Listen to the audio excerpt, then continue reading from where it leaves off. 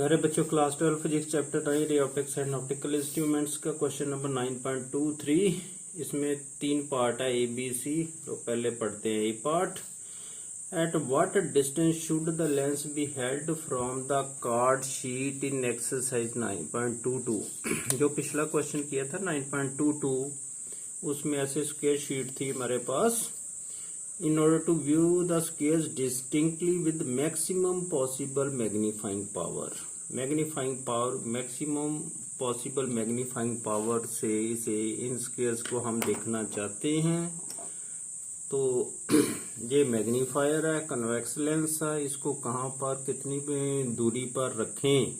जो इसके बीच में स्क्वायर है वो बड़े, डिस्टिंक्ट और शार्प नजर आए, साफ सुथरे नजर आए।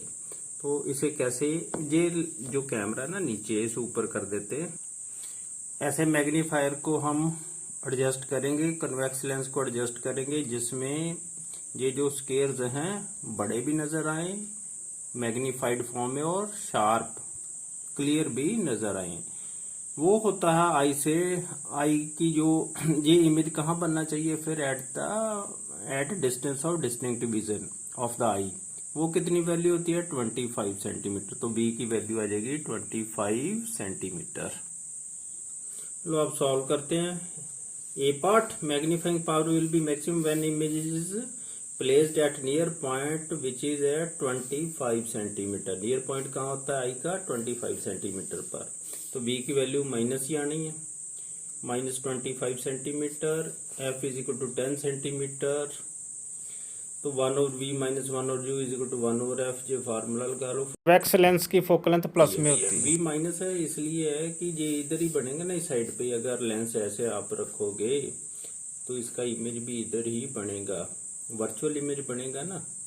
u भी इधर, हम जहाँ u भी इधर बनेगा, v भी इधर बन रहा है। और ये कितनी दूरी है, 25 सेंटीमीटर, जहां से हमें आई से क्लियर नजर आएगा। अब u की वैल्यू निकाल लेते हैं। फार्मूला है lens formula, 1 over v minus 1 over u is equal to 1 over f। 1 by -25 minus 1 by u is equal to 1 by 10। जहाँ -1 by u है तो ये 1 by -25 दूसरी तरफ चल प्लस बन जाएगी वैल्यू। अब ये एलसीएम ले लो।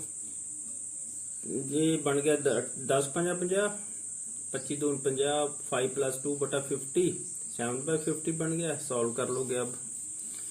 तो अब इसे बाय इन्वर्टेंडो या क्रॉस मल्टीप्लाई कर लो, तो u की वैल्यू आएगी -50/7। इसको डेसिमल में कन्वर्ट करोगे डिवाइड करके, तो ये -7.14 सेंटीमीटर वैल्यू आएगी। तो ये जो इसका जो ऑब्जेक्ट है कितनी दूरी पर होगा, 7.14 सेंटीमीटर की दूरी पर होगा। तो इसकी फोकल लेंथ तो 10 सेंटीमीटर है। तो इसका मतलब ये प्रिंसिपल फोकस के और ऑप्टिकल सेंटर के जहां बीच में कहीं होगा। तो मैग्निफिकेशन निकाल लेते हैं। What is the magnification in this case. Magnification का फार्मूला v बटा u है। v की वैल्यू -25, u की वैल्यू ये लिख लेते हैं -50/7। पॉइंट वाली नहीं लिखते, ये काट लो। 25 कम 25, 25 2 50, ये 7 ऊपर चल जाना, 7/2। इसको डिवाइड करोगे 3.5 मैग्निफिकेशन आ गई। तो आगे सी पार्ट है। Is the magnification equal to the magnifying power in this case, explain. Magnifying power भी निकाल लेते हैं। जहां जो v है ना, ये जो हम वैल्यू हमने रखी है, ये at the distance of distinct vision पर रखी है।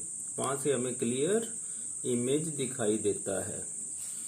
तो जो पिछला क्वेश्चन था ना, इसका जो 9.22 था, आपने देखा ये क्वेश्चन, जहां हमने जो u की वैल्यू है ना, u की वैल्यू हमें दी हुई थी -9 सेंटीमीटर।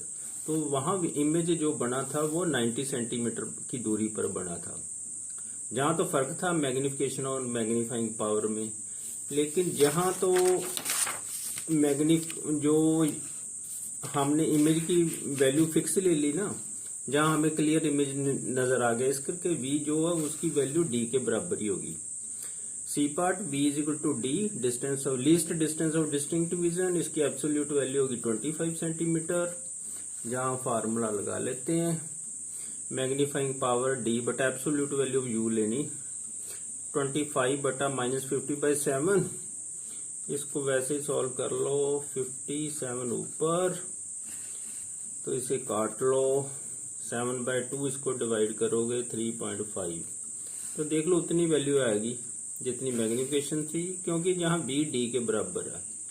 जो इमेज की दूरी है डिस्टेंस ऑफ डिस्टिंक्ट विजन पर ही रखा हुआ है, least distance of distinct vision. हम जहां रिजल्ट निकाल देंगे, yes magnification and magnifying power are equal in this case because image is formed at the least distance of distinct vision।